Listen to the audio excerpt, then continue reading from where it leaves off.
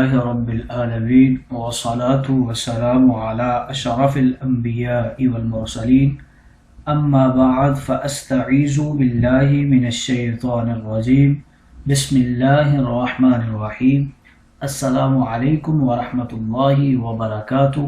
عزیز طلبہ کرام، امید کرتا ہوں احباب خیر سے ہوں گے۔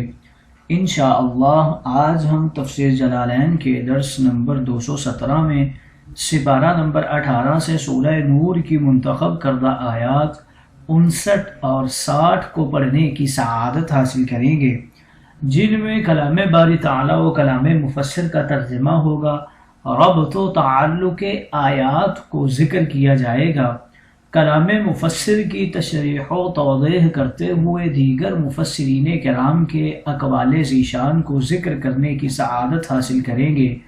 تو آئیے طلبہ کرام بلا تاخیر بڑھتے ہیں اپنے آج کے درس کی طرف۔ بسم اللہ الرحمن الرحیم۔ رب تعالیٰ نے ارشاد فرمایا، وَإِذَا بَلَغَ الْأَطْفَالُ مِنْكُمُ الْحُلُومَ فَلْيَسْتَأْذِنُوا كَمَا اسْتَأْذَنَ الَّذِينَ مِنْ قَبْلِهِمْ كَذَلِكَ يُبَيِّنُ اللَّهُ لَكُمْ آيَاتِهِ وَاللَّهُ عَلِيمٌ حَكِيمٌ۔ آئیے طلبہ کرام سب سے پہلے ان آیات مقدسہ کا ماقبل آیات کے ساتھ ربط اور تعلق جان لیتے ہیں۔ علماء و مفسرین کرام فرماتے ہیں کہ پچھلی آیات میں قریب بلوغ نابالغوں کو باپردہ گھروں میں آنے کے لیے 3 وقت اجازت لینے کی پابندی کا ذکر فرمایا گیا۔ اب ان آیات میں بالغ اور مکمل جوان غلاموں، خادموں، نوکروں، ملازموں کو مکمل طور پر ہر وقت رات دن اجازت لے کر آنے کی پابندی کا قانون شرعی ذکر کیا جا رہا ہے۔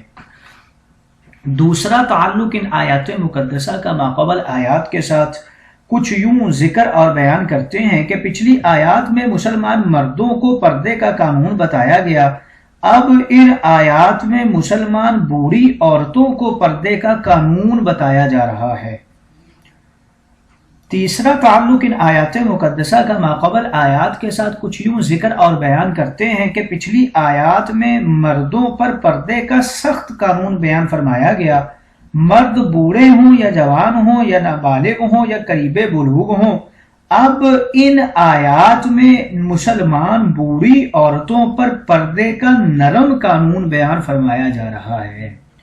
آئیے طلبہ کرام ربط و تعلق آیات کے بعد بڑھتے ہیں آج کے درس کے ترجمہ کی طرف۔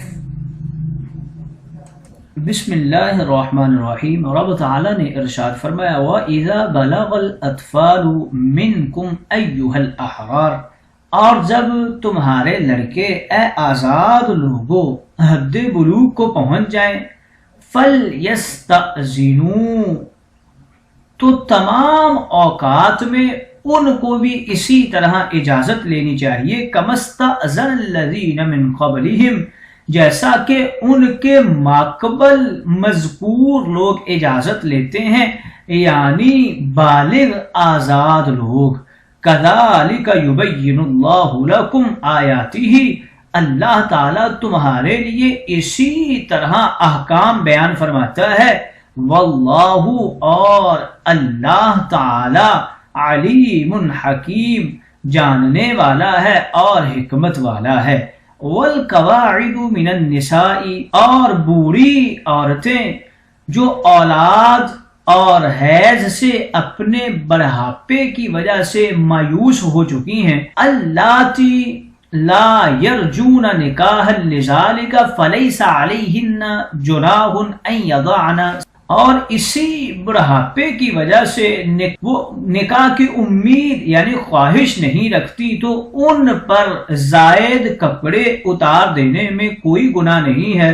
وہ زائد کپڑے کون سے ہیں؟ مثال کے طور پہ برقع ہے، چادر ہے، دوپٹہ ہے جو سر بند کے اوپر ہوتا ہے، غیر متبرجات مظہرات بزینت خفیت کقلادت وسوار وخلخال، شرط یہ ہے کہ مخفی زینت کا مظاہرہ نہ کریں، جیسے گلو بند، کنگن اور پازیب وغیرہ نہ پہنے، وَأَن يَسْتَعْفِفْنَ، اور اگر اس سے بھی احتیاط رکھیں تو ان کے لیے مزید بہتر ہے، واللہ، اور اللہ، سمیع لقولکم علیم بما فی قلوبکم، اللہ رب العزت تمہاری باتوں کو سننے والے ہیں اور تمہارے دلوں کے خطرات کو جاننے والے ہیں۔ آئیے طلبہ کرام، ترجمہ کے بعد بڑھتے ہیں آج کے درس کی تشریح و توضیح کی طرف۔ یہاں سے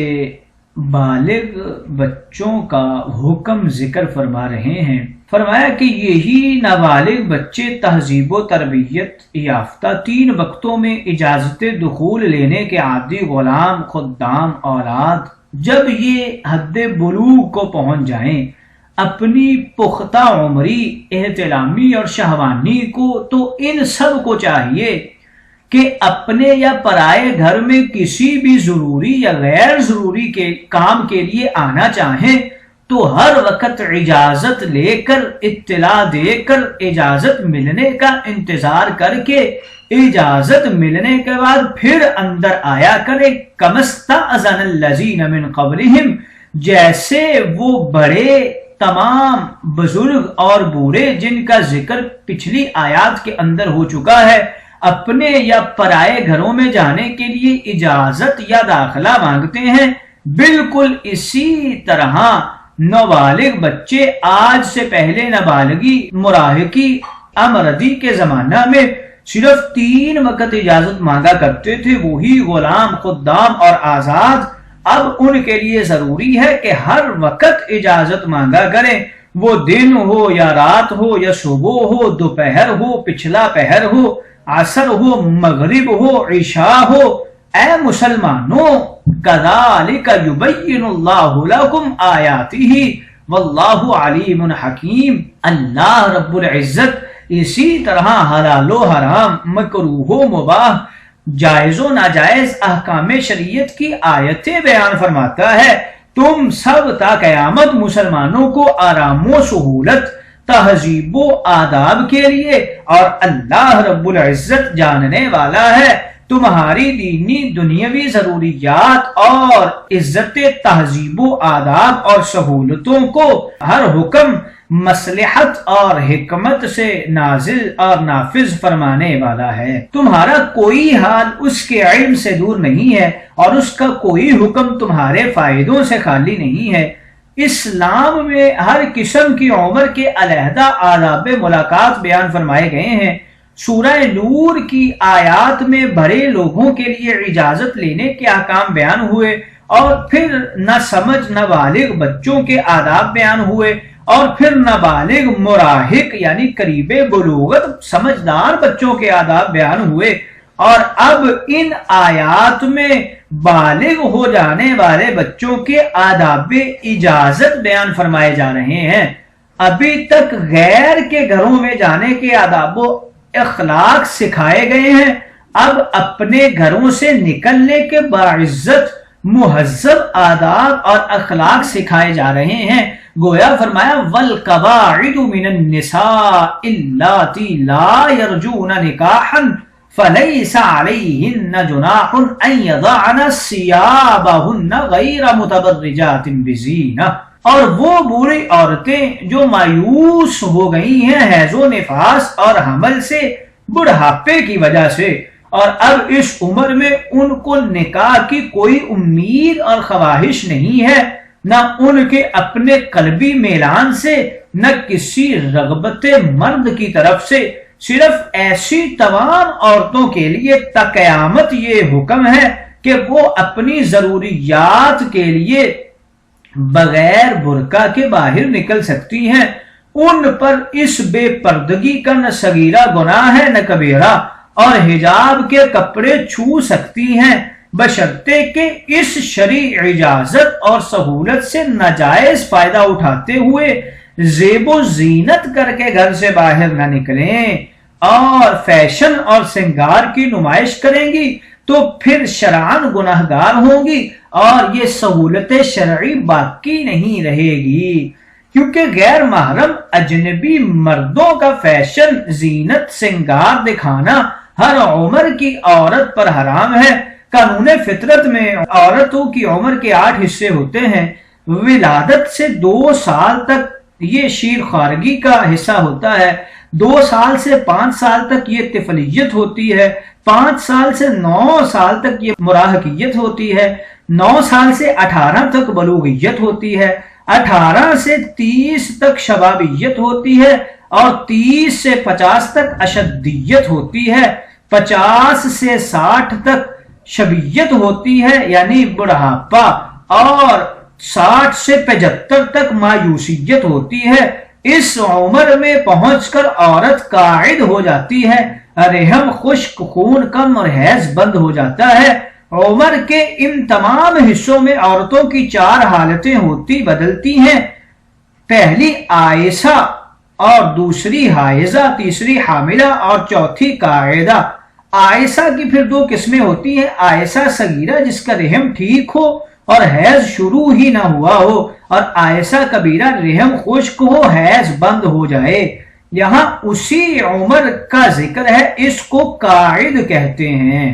وَأَن يَسْتَعْفِفْنَ خَيْرٌ لَهُنَّ وَاللَّهُ سَمِيعٌ عَلِيمٌ۔ فتوی شرعی تو وہی اجازت و سہولت کا ہے جو اوپر بیان کر دیا گیا ہے، جس کی وجہ کمزور نظری اور راستہ بھولنے، بھٹکنے یا گرنے ٹھوکر کھانے کا اندیشہ اور شیطانی و شہوانی نظروں کا فتنہ نہ خطرہ۔ یہ اجازت صرف چہرہ کھلنے تک ہے، سر کھولنے کی اس عمر میں بھی اجازت نہیں ہے۔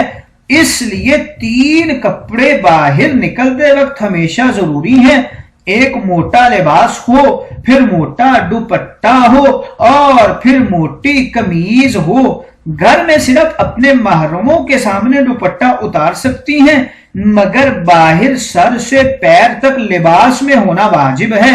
اس کے باوجود تقوی یہ ہے کہ اگر کمزور نظری کے ہوتے ہوئے بھی برقع پہنے ہی نکلا کریں اور پردہ پوشی کی عفت قائم رکھیں تو ان کے لیے زیادہ ثواب اخروی اور خیر دنیاوی ہے، کیونکہ یہ تقوی مومن ہے۔ یہاں جو رخصتیں بیان کی گئی ہیں صرف سخت بوڑھی عورتوں کے لیے ہیں، لیکن جوان عورتیں مکمل سر چہرہ ڈھک کر باہر نکلا کریں، موٹا برقع یا موٹی چادر اوڑھ کر۔ مردوں عورتوں کے لباس شریفانہ میں 3 کپڑے ہیں۔ مردوں کے لیے امامہ، کرتا پاجامہ یا ٹوپی۔ بلا وجہ ننگے سر رہنا شیطانی خصلت ہے، اور ایک حدیث مقدسہ میں ہے ننگے سر پھرنے میں والے کو بدمعاش شیطان فرمایا گیا ہے، اور یہ موطا امام مالک کے اندر موجود ہے۔ بعض شیطانوں نے ننگے سر نماز پڑھنا شروع کر دی، یہ تو بہت ہی سخت گناہ ہے اور عیسائیت کا نشان ہے۔ عورتوں کے لباس میں موٹا دوپٹہ یعنی خمار، قمیص، شلوار یہ گھریلو لباس ہے۔ دوپٹہ سر پر اوڑھنے کے لیے ہوتا ہے، نہ کہ گلے میں لٹکانے کے لیے، اور باہر کا حجابی لباس برقع یا بڑی چادر ہے۔